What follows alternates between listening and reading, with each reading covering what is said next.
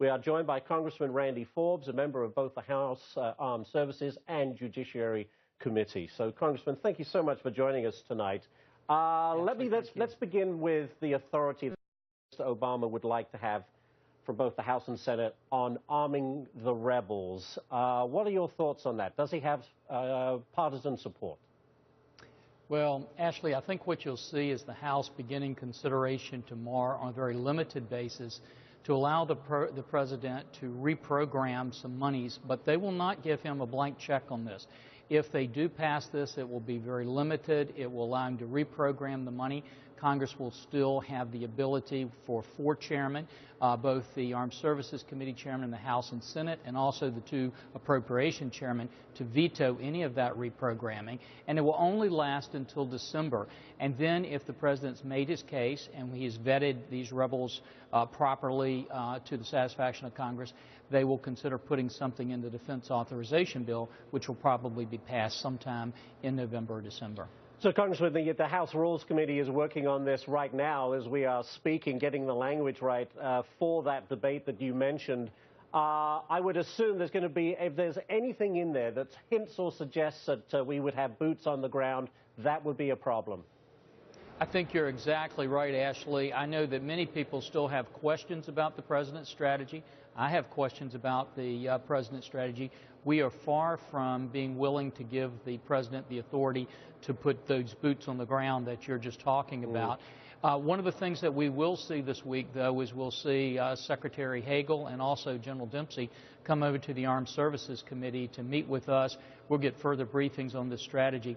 It's important, Ashley, because, you know, the President just a few weeks ago said he didn't have a strategy. As we look around the globe, he hasn't had a strategy for Russia, for China, for Iran, for Afghanistan, for North Korea. And so we want to make sure that we look at each component of this strategy to make sure it's really going to do what the President suggests it will do. And as the tax money is on the line here to be used to arm and train these Syrian opposition fighters, how do we vet these people? It's a very complicated situation, as we know, in this part of the world. How do we know who these folks are and whether they are, you know, favorable to our point of view?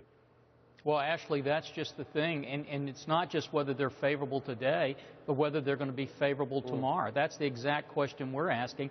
And, of course, you know, the President just a few weeks ago said it was just a fantasy to begin to think about training them or arming them. So that's the thing that we're going to have to discuss with our military leaders, not the politicians, not just the folks from the White House who are trying to spin this, but the actual military people who may be doing some of this training. That's what I think you'll see Congress doing in a very deliberative and very diligent manner throughout the rest of this week. Do you think the United States was perhaps culpable in allowing ISIS to grow and become what it is today through our, what I could say, non-policy towards Syria when we got to a certain point and backed off? Do you think we need to take some of the blame for this? Well, Ashley, we have been saying for the last 5 years 2 things have been happening.